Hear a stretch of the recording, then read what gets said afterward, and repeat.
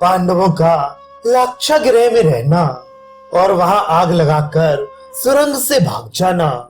वैशंपायन जी कहते हैं, जन्मेजय पांडवों के शुभ आगमन का समाचार सुनकर वाराणावत के नागरिक शास्त्र विधि के अनुसार मंगल वस्तुओं के भेंट लेकर प्रसन्नता और उत्साह के साथ सवारियों पर चढ़कर उनकी अगवानी के लिए आए। उनके जय जयकार और मंगल ध्वनि से दिशाएं गूंज उठी। पुरवासियों के बीच में युधिष्ठिर ऐसे जान पड़ते थे मानो स्वयं देवराज इंद्र हो। स्वागत करने वालों का अभिनंदन करके माता कुंती के साथ पांडवों ने वाराणावत नगर में प्रवेश किया। उन्होंने पहले वेद पाठी, कर्मकांडी ब्राह्मणों से मिलकर फिर क्रमशः नगर के अधिकारी योद्धा, वैश्य और शूद्रों से भेंट की। पुरोचन ने उनके लिए नियतवास स्थान पर आदर के साथ उन्हें ठहराया और भोजन, पलंग, आसन आदि सामग्रियों से उन्हें संतुष्ट करने की चेष्टा की। पांडव लोग सुखपूर्वक वहां रहने लगे। पुरवासियों की भीड़ प्रायः लगी ही रहती। 10 दिन बीत जाने पर पुरोचन ने पांडवों से उस सुंदर नाम वाले किंतु अमंगल भवन की चर्चा की। उसकी प्रेरणा से पांडव सामग्रियों के साथ जाकर वहां रहने लगे।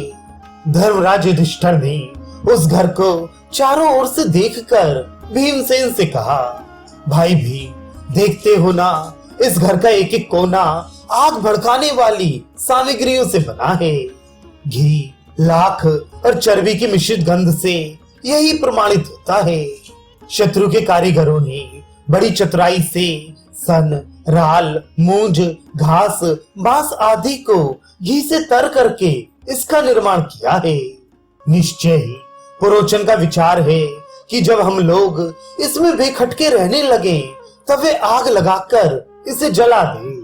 विदुर ने पहले ही यह बात ताड़ ली थी, तभी तो उन्होंने हमें स्नेहवश इसकी सूचना दी थी। भीमसेन ने कहा, भाई जी यदि ऐसी बात है तो हम लोग अपने पहले ही स्थान पर क्यों न लौट चलें? युधिष्ठिर ने कहा, भैया भीम, हमें बड़ी सावधानी के साथ अपनी जानकारी छिपाकर यही रहना चाहिए। हमारे चेहरे मोहरे या रंग ढंग से किसी को शंका संदेह ना हो। हम लोग निकलने की घाट ढूंढ लें। यदि हमारी भाव भंगी से पुरोचन को पता चल गया तो वह बलपूर्वक भी हमें जला सकता है। उसे लोक निंदा अथवा अधर्म की परवाह नहीं है। यदि हम मर ही गए तो फिर पितामह भीष्म तथा दूसरे लोग कौरवों पर किस लिए रुष्ट होंगे या उन्हें रुष्ट करेंगे? उस समय का क्रोध भी तो व्यर्थ ही जाएगा। यदि हम डर कर यहाँ से भागेंगे तो दुर्योधन अपने गुप्तचरों से पता लगाकर हमें मरवा डालेगा। इस समय वह अधिकारी है, उसके पास सहायक और खजाना है। हमारे पास तीनों ही बातें नहीं हैं। आओ हम लोग यहाँ रहकर वन में खूब घूमे फिरें, रास्तों का पता लगा रखें।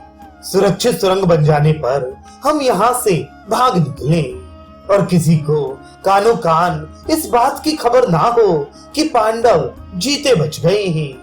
भीमसेन ने बड़े भाई की बात मान ली। एक सुरंग खोदने वाला विदुर का बड़ा विश्वास पात्र था। उसने पांडवों के पास आकर कहा, मैं खुदाई के काम में बड़ा निपुण हूँ। विदुर की आज्ञा से आपके पास आया हूँ, आप मुझ पर विश्वास कीजिए।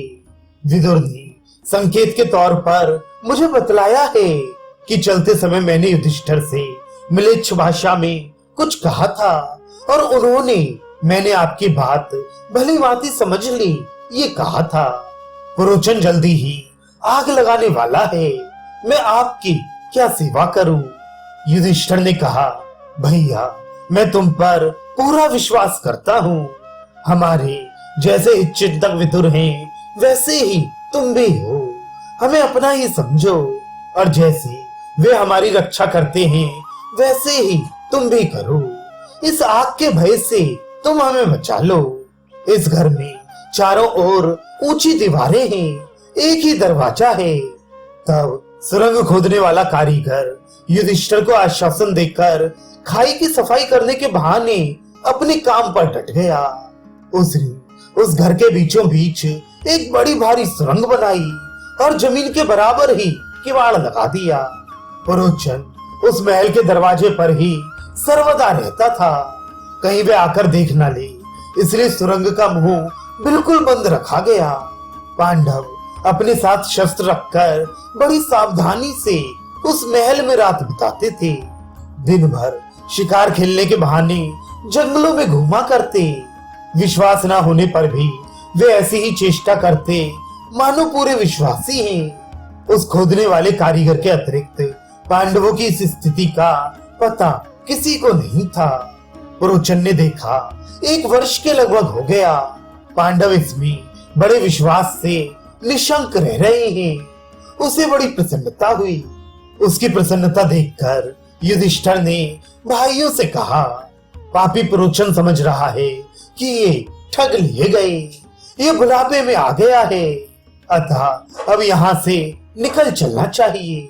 शस्त्रागार और पुरोचन को भी जलाकर अलक्षित रूप से भाग निकलना चाहिए। एक दिन कुंती ने दान देने के लिए ब्राह्मण भोजन कराया।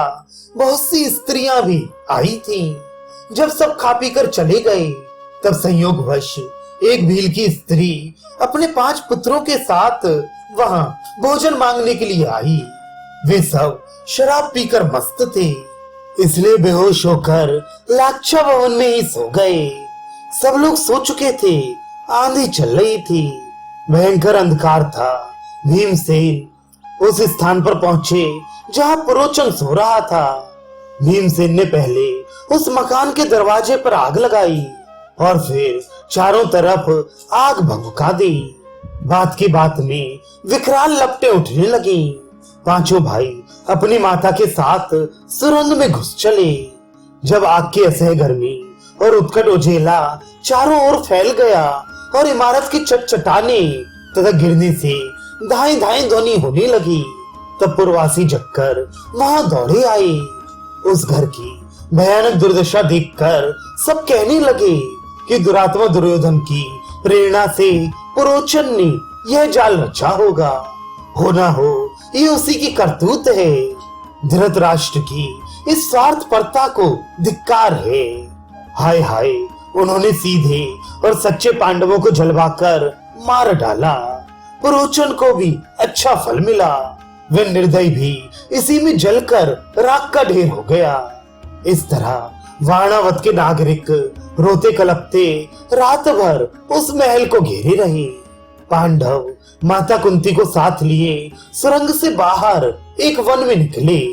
सब चाहते थे कि यहाँ से जल्दी भाग चले, परंतु नींद और डर के मारे सब लाचार थे। माता कुंती के कारण फुर्ती से चलना असंभव हो रहा था। तब भीमसेन माता को कंधे पर और नकुल सहदेव को गोद में बिठाकर युधिष्ठिर और अर्जुन को दोनों हाथों का सहारा देते जल्दी जल्दी ले चले। उस समय भीमसेन बड़ी तेज गति से चलकर गंगा जी के तट पर पहुंच गए।